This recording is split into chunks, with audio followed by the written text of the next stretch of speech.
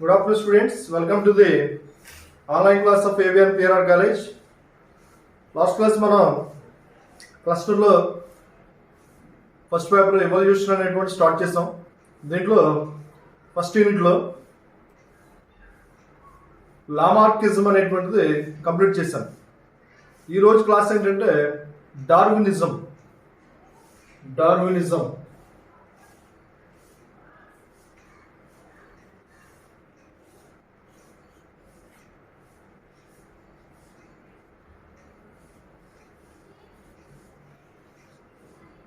Darwinism అనేది ఈరోజు చూద్దాం.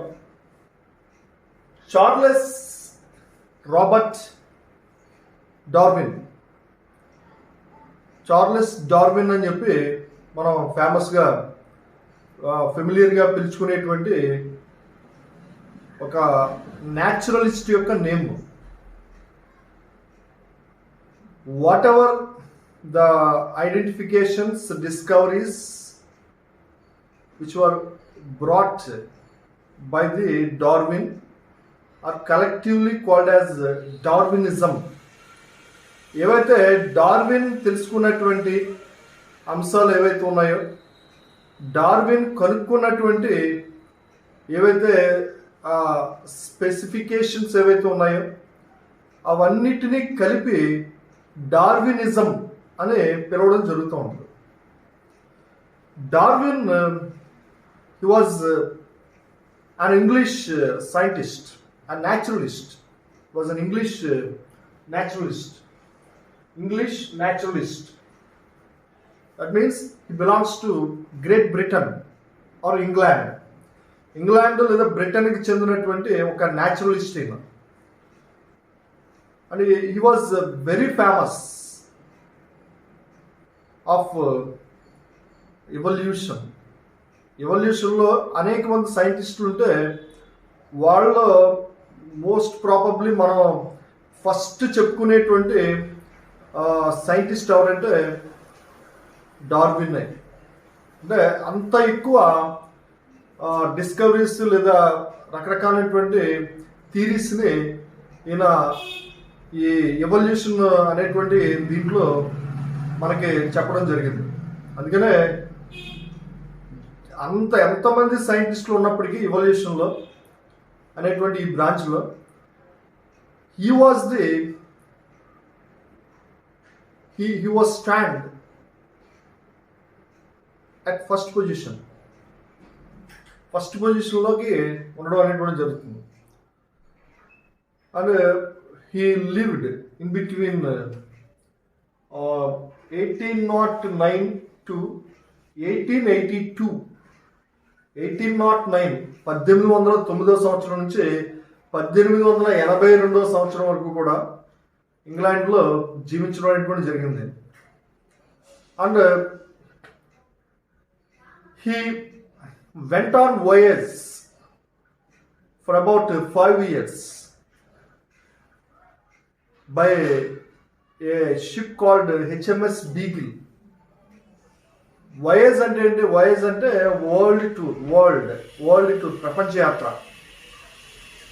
ఈయన ప్రపంచ యాత్రకి బయలుదేరాడు. ఈయన మొత్తం 5 years పాటు ఈయన ప్రపంచ యాత్ర చేశాడు. వయేజ్ అంటారు దాన్ని. He went on voyage for about 5 years and he visited many continents and many islands.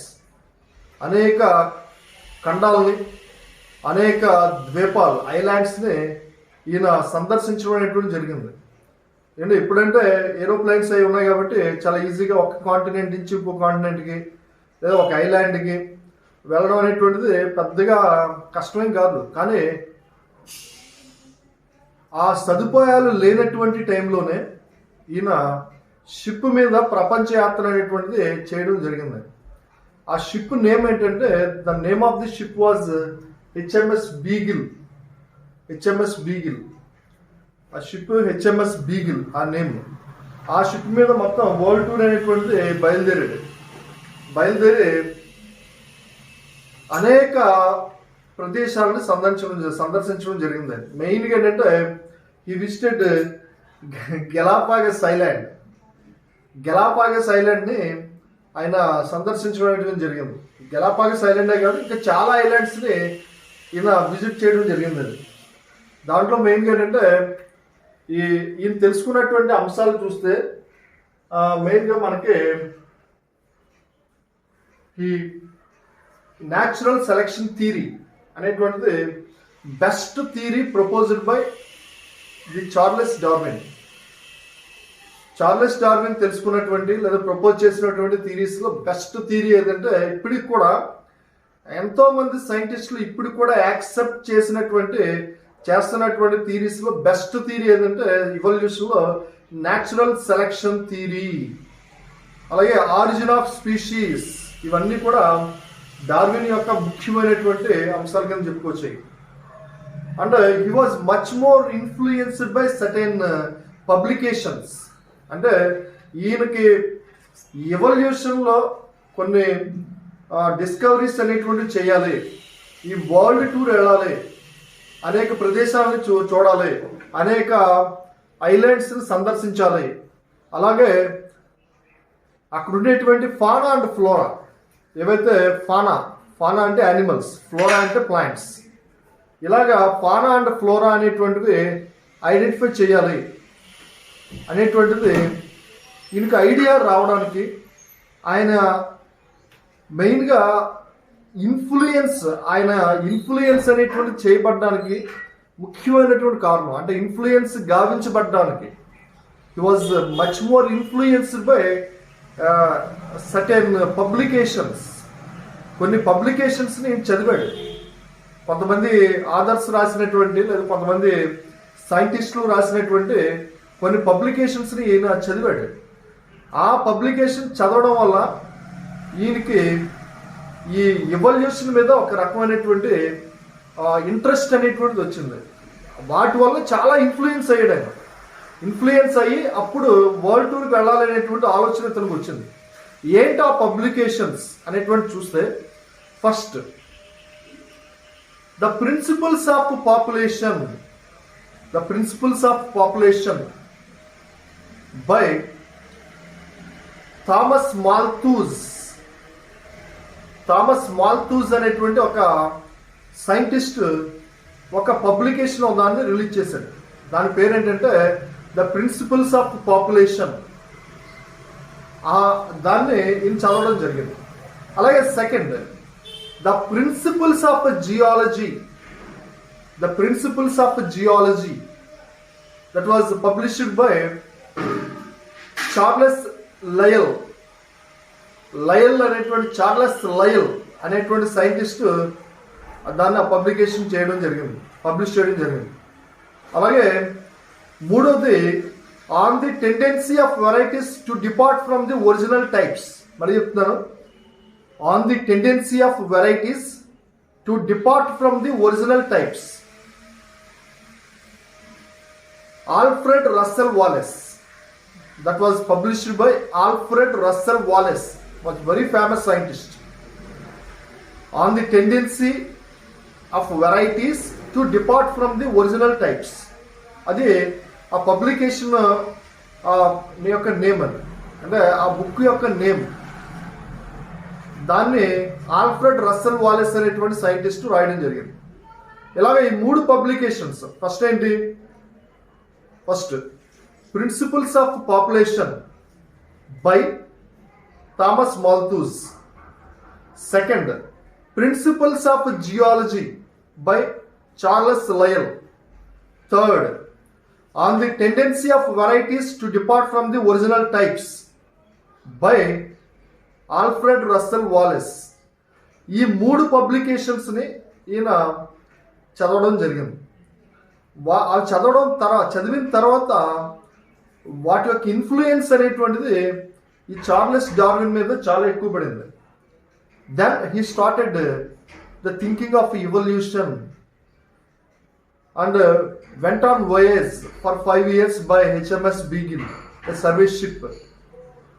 Next, the Darwinism or natural selection theory is not explaining the concept of how the evolution takes place. Evolution అనేటువంటిది ఎలాగా జరిగింది అనేటువంటి దాన్ని ఇది explain చేయలేదు. Evolution అనేటువంటిది ఏంటి, what is the meaning of evolution అనేటువంటి దాన్ని ఎక్స్ప్లెయిన్ చేస్తుందట.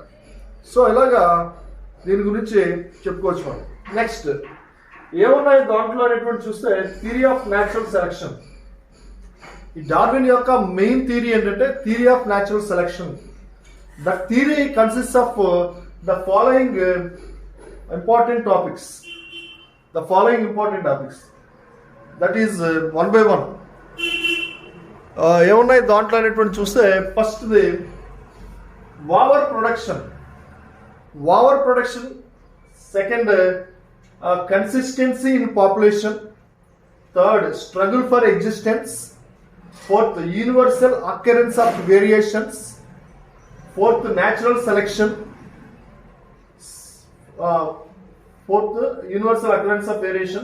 fifth natural selection, sixth origin of species. అని ఇలాగా 6 ఇంపార్టెంట్ పాయింట్స్ అనేటువంటి దీంట్లో ఉన్నాయి. దాంట్లో వన్ బై వన్ చెప్తాను. ఫస్ట్ ఓవర్ ప్రొడక్షన్ అంటే ఏంటి? ఇవన్నీ కూడా ఈ 6 హెడ్డింగ్స్ కూడా మనకి న్యాచురల్ సెలక్షన్ లో ఉండేటువంటి ముఖ్యమైనటువంటి అంశాలు. ఓవర్ ప్రొడక్షన్ అంటే every organism tend to produce its offsprings by for continuation of its race. ప్రతి జీవి కూడా దాని యొక్క సంతతిని వృద్ధి చేసుకోవడానికి ప్రయత్నిస్తూ ఉంటుంది.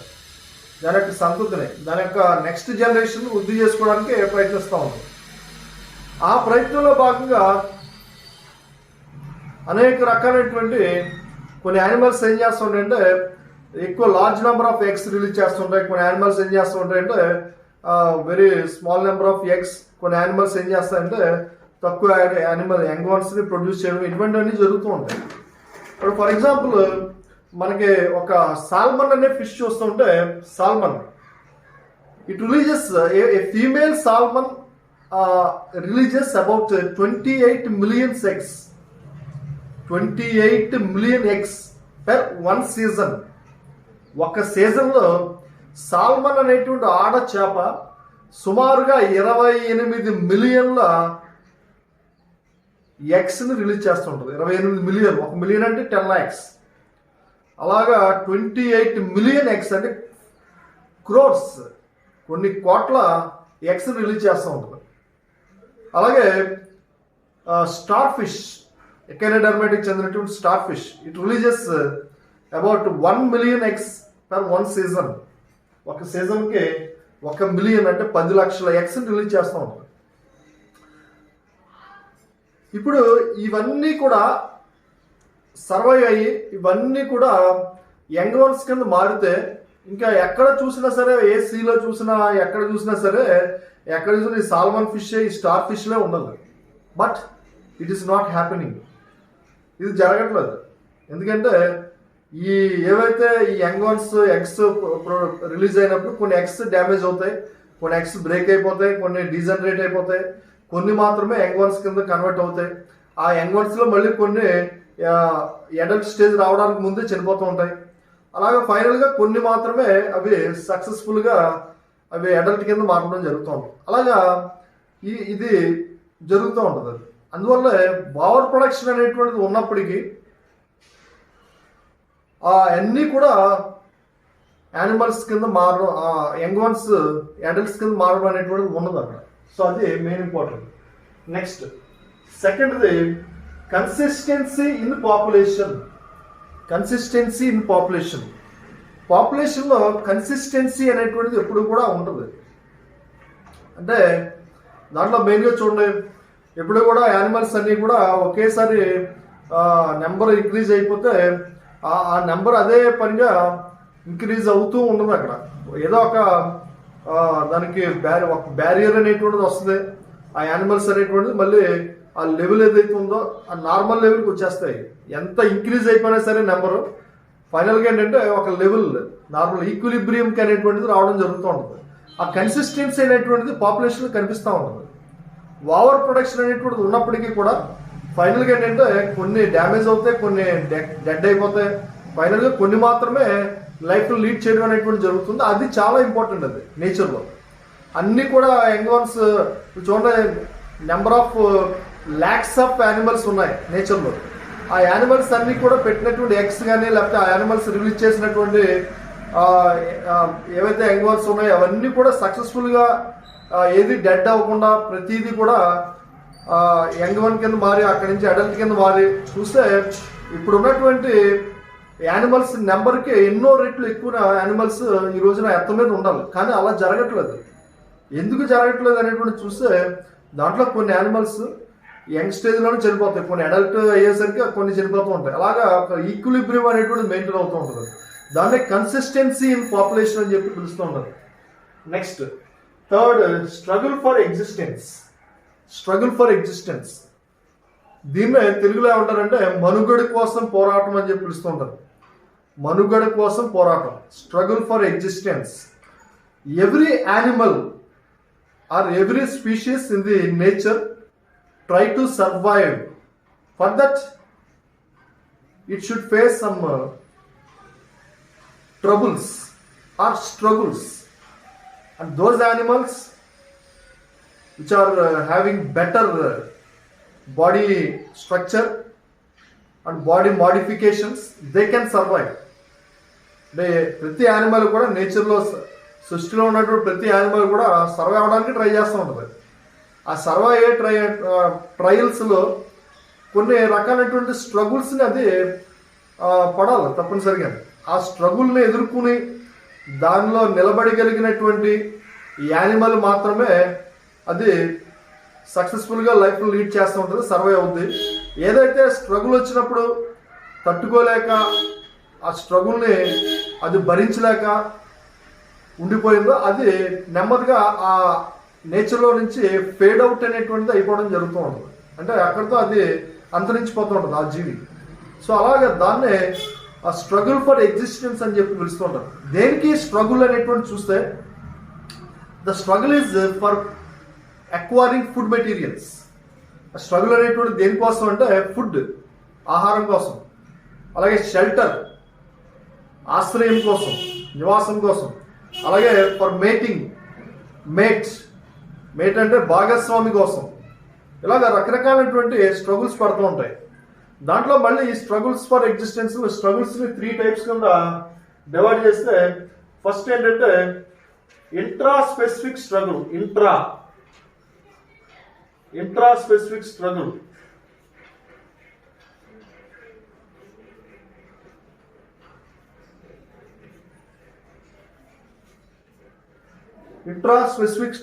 ఇంట్రాస్పెసిఫిక్ స్ట్రగుల్ అంటే the struggle or the competition between 2 animals of the same species for food and shelter or for mating also.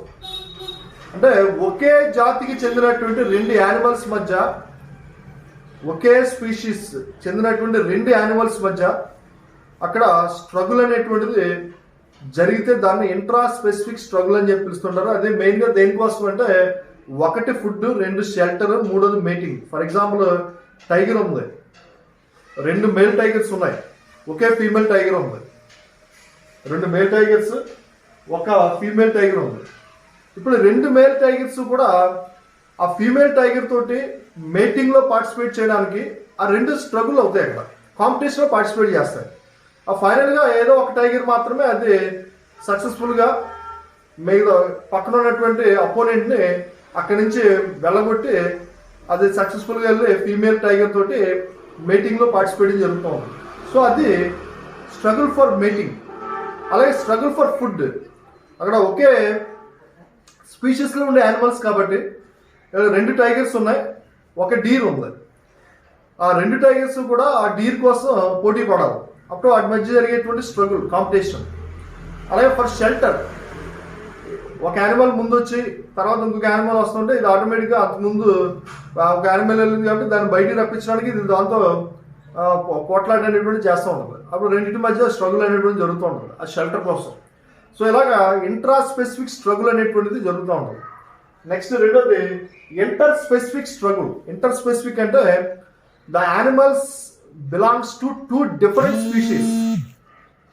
రెండు వేరే వేరే జాతులకు చెందినటువంటి రెండు యానిమల్స్ మధ్య జరిగేటువంటి స్ట్రగుల్ ఏదైతే ఉందో దాన్నే ఇంటర్ స్పెసిఫిక్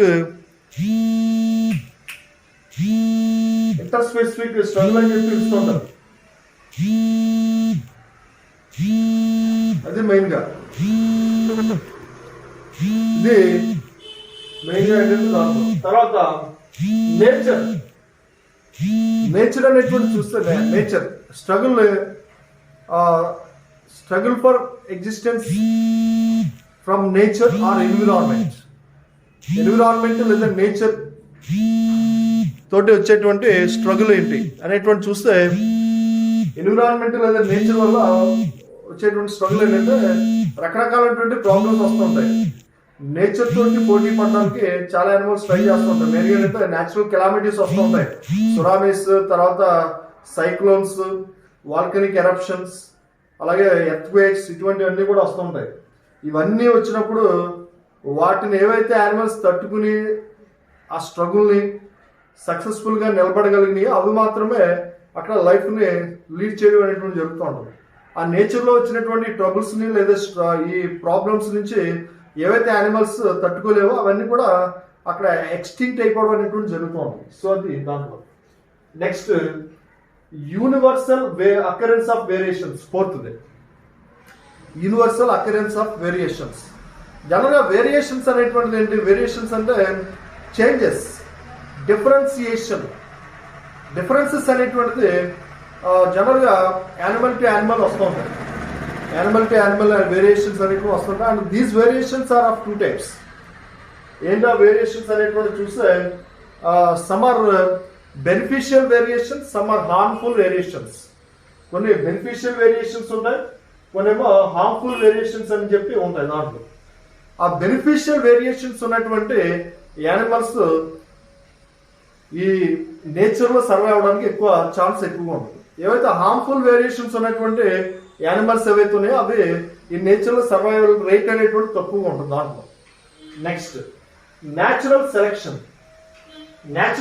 అనేటువంటి చూస్తే జనరల్గా ఏంటంటే nature it self selects which animal should be live for ever and which animal should be extinct from that nature. అంటే ప్రకృతి నిర్ణయిస్తూ ఉంటుంది ఏ యానిమల్ ఈ నేచర్లో ఉండాలి, ఏ యానిమల్ నేచర్ నుంచి బయటికి వెళ్ళిపోవాలి అంటే అంతరించిపోవాలి అనేటువంటిది ప్రకృతి నిర్ణయిస్తూ ఉంటుంది. ఆ ప్రకృతిలో వచ్చినటువంటి మార్పులు తగ్గట్టుగా ఏ యానిమల్ అయితే దానిలో కూడా బాడీలో చేంజ్ చేసుకుంటుందో ఆ యానిమల్ సక్సెస్ఫుల్గా ఆ నేచర్లో లైఫ్ అనేటువంటి లీడ్ చేయడం అనేటువంటి జరుగుతూ ఉంటుంది. ఏ యానిమల్ అయితే నేచర్లో వచ్చినటువంటి చేంజెస్కి తట్టుకోలేక దాని బాడీలో చేంజెస్ని ఏర్పాటు చేసుకోలేదు ఆ యానిమల్ నెమ్మదిగా దాంట్లోంచి ఎలిమినేట్ అయిపోతూ ఉంటుంది. చూడండి డైనోసార్స్ ఇవన్నీ కూడా అప్పుడు ఉన్నటువంటి నేచర్లో ఉండేవి, అప్పుడు ఉన్నటువంటి హిస్టారికల్ పీరియడ్లో ఉండేవి. అప్పుడు వచ్చినటువంటి నేచర్లో చేంజెస్ తగ్గట్టుగా బాడీలో చేంజెస్ చేసుకోలేదు అవి, అందుకని అవన్నీ కూడా ఎక్స్టెంట్ అయిపోయినాయి. అలాగే కొన్ని యానిమల్స్ గురించి చెప్పుకోవచ్చు. తర్వాత ఆరిజిన్ ఆఫ్ స్పీషీస్ అంటే జనరల్గా స్పీషీస్ అనేటువంటివి ఎలాగా ఇవాల్వ్ అవుతాయి. జనరల్గా ఏవైతే those animals which have successful reproductive potentiality or reproductive rate, their species increase in large number. ఈ యానిమల్స్ అయితే రిప్రొడక్టివ్ పొటెన్షియాలిటీ, రిప్రొడక్టివ్ సక్సెస్ అనేటువంటిది యానిమల్స్లో ఎక్కువైతే ఉంటుందో ఆ యానిమల్స్ యొక్క పాపులేషన్ లేదా స్పీషీస్ అనేటువంటిది ఎక్కువగా ఉండడం అనేటువంటి జరుగుతూ ఉంటుంది. ఏ యానిమల్స్లో అయితే ఈ రిప్రొడక్టివ్ పొటెన్షియాలిటీ లేదా ఈ సక్సెస్ అనేటువంటిది ఉండదో ఆ యానిమల్స్ యొక్క పాపులేషన్ లేదా స్పీషీస్ అనేటువంటిది తక్కువగా ఉంటుంది. అవి నెమ్మదిగా అక్కడి నుంచి ఎక్స్టెండ్ అయిపోవడం అనేటువంటి జరుగుతూ ఉంటుంది. ఇలాగా వేరియేషన్స్ అనేటువంటివి ఏంటంటే generally some of the animals which develop some variations according to the natural selection nature. Those variations are passed on to the next generation and those generation are forming into new species. ఏ యానిమల్స్లో అయితే variations అనేటువంటి వచ్చి ఆ variations వాటి next జనరేషన్కి వెళ్ళి ఆ variations మళ్ళీ ఇంకొక తరానికి ఎలా వెళ్తూ ఉంటాయో ఆ వేరియేషన్స్ వల్ల కొత్త జాతి అనేటువంటి ఉద్భవించడానికి అవకాశం ఉంటుంది. అంటే ఇక్కడ ఆరిజిన్ ఆఫ్ స్పీషీస్కి మెయిన్గా మనకి హెల్ప్ చేసేటువంటిది ఏంటంటే వేరియేషన్స్ అనేటువంటిది మెయిన్గా హెల్ప్ చేస్తూ ఉంటాయి. నెక్స్ట్, సో ఇవన్నీ కూడా న్యాచురల్ సెలెక్షన్లో ఉండేటువంటి ముఖ్యమైనటువంటి అంశాలు ఇవన్నీ కూడా. నెక్స్ట్, అబ్జెక్షన్ టు డార్వినిజం యొక్క అబ్జెక్షన్స్ ఏంటి? డార్విన్ థియరీ యొక్క అబ్జెక్షన్స్ అనేటువంటి చూస్తే డార్విన్ కొన్ని అంశాలని సరిగ్గా ఎక్స్ప్లెయిన్ చేయలేకపోయాడు. డార్విన్ ఏంటో అబ్జెక్షన్స్ అనేటువంటి చూస్తే ఒకటి, he could not explain the mechanism of variations. He didn't explain the mechanism of variations. He explained only the arrival of the variations, and he explains only the arrival of the fitness, but not the mechanism of the fitness. అంటే యానిమల్స్లో వేరియేషన్స్లో fitness అనేటువంటిది ఏ రకంగా వస్తుంది అనేటువంటి సరిగ్గా explain చేయలేకపోయాడు. అసలు variations అనేటువంటిది చెప్పాడు కానీ ఆ వేరియేషన్స్ ఎలా వస్తున్నాయి యానిమల్స్లో అనేటువంటి సరిగ్గా ఎక్స్ప్లెయిన్ చేయలేకపోయాడు. నెక్స్ట్, రెండోది, he could not explain the vestigial organs. Vestigial organs అంటే ఏంటి? కొన్ని ఆర్గాన్స్ మన బాడీలో ఉంటాయి కానీ వాటి వల్ల ఎటువంటి యూజ్ ఉండదు. అటువంటి ఆర్గాన్స్ ఏమంటారంటే వెస్టిజియల్ ఆర్గాన్స్ అని చెప్పి పిలుస్తూ ఉంటారు. మన బాడీలో ఉంటాయి కానీ వాటి వల్ల ఉపయోగం లేదు. ఫర్ ఎగ్జాంపుల్ చూడండి, అపెండిక్స్ ఉంది, మనకి అపెండిక్స్ ఉంటుంది, యాలిమెంటరీ కెనాల్. అపెండిక్స్ అనేటువంటిది మనకు అవసరం లేదు, అది ఇట్స్ అ వెస్టిజియల్ ఆర్గాన్. అలాగే మన బాడీలో, మన హ్యూమన్ బాడీలో దగ్గర 200 కంటే ఎక్కువ వెస్టిజియల్ ఆర్గాన్స్ ఉన్నట్టు కనుక్కున్నారు. అవన్నీ అవసరం లేదు, మనకి బాడీలో ఉంటాయి కానీ వాటి వల్ల యూజ్ ఏం లేదు. అలా మన బాడీలో ఉండి ఎటువంటి యూజ్ లేనటువంటి యూజ్లెస్ ఆర్గాన్స్ ఏవైతే ఉన్నాయో వాటినే వెస్టిజియల్ ఆర్గాన్స్ అని చెప్పి పిలుస్తూ ఉంటారు. అదే అపెండిక్స్ మనకే అవసరం లేదు కానీ క్యాటిల్స్కి అవసరం. ఎందుకంటే అవి డైరెక్ట్గా గ్రాస్ అనేది తింటూ ఉంటాయి కాబట్టి ఆ గ్రాస్ అనేది డైజెస్ట్ చేయడానికి కావాల్సినటువంటి కొన్ని ముఖ్యమైనటువంటి అంశాలు ఏవైతే ఉన్నాయో దానికి ఈ అపెండిక్స్ అనేటువంటిది వాటికి ఉపయోగపడుతూ ఉంటుంది. కానీ మనం డైరెక్ట్గా ఆ గడ్డి నది డైరెక్ట్గా తినం కాబట్టి మనకు అవసరం లేదండి. నెక్స్ట్, దీంట్లో no distinguish between somatic and germ cells. ఈయన సొమాటిక్ సెల్స్ అంటే ఏంటి, జర్మ్ సెల్స్ అంటే ఏంటి అనేటువంటి దాన్ని కూడా డిస్టింగ్విష్ చేయలేకపోయాడు. ఆల్రెడీ చెప్పాను, సొమాటిక్ సెల్స్ అంటే మన బాడీ గ్రోత్ హెల్ప్ చేసేటువంటి సెల్స్ని సొమాటిక్ సెల్స్ అంటారు. మన యొక్క క్యారెక్టర్స్ ఏవైతే ఉన్నాయో వాటిని నెక్స్ట్ జనరేషన్కి తీసుకెళ్లేటువంటి వాటిని జర్మ్ సెల్స్ అంటారు, లేదా సెక్స్ సెల్స్ అంటారు. వాటి యొక్క డిస్టింగ్విష్, వాటి యొక్క వేరియేషన్ అనేటువంటి దాన్ని ఇతను ఎక్స్ప్లెయిన్ చేయలేపాడు Darwin. Next, focused on small variations only. ఈ ఫోకస్డ్ ఆన్ స్మాల్ వేరియేషన్స్ అంటే చిన్న చిన్న వేరియేషన్స్ మాత్రమే ఈయన ఫోకస్ చేయగలిగాడు కానీ ఆ లార్జ్ వేరియేషన్స్ ఏవైతే ఉంటాయో అటువంటి లార్జ్ వేరియేషన్స్ని ఈయన సరిగ్గా ఫోకస్ చేయలేకపోయాడు. వాటి యొక్క హెరిడిటరీని ఎక్స్ప్లెయిన్ చేయలేకపోయాడు సరిగ్గా. సో అది మెయిన్గా. So this is about the Darwin's theory of natural selection or Darwinism. దీన్ని డార్వినిజం అని చెప్పి పిలుస్తుంటాం. It's a very important SA question, చాలా ఇంపార్టెంట్ క్వశ్చన్ ఇది. లామార్కిజం అలాగే డార్వినిజం ఈ రెండు టాపిక్స్లో నుంచి ఏదో ఒక టాపిక్ ఎస్ఏ క్వశ్చన్ అడుగుతాడు. So it's very important topic. Okay, ఇక్కడితోటి మనకి ఇది అయిపోయింది. నెక్స్ట్ క్లాస్ ఇంకోటి చూద్దాం. Okay, thank you very much.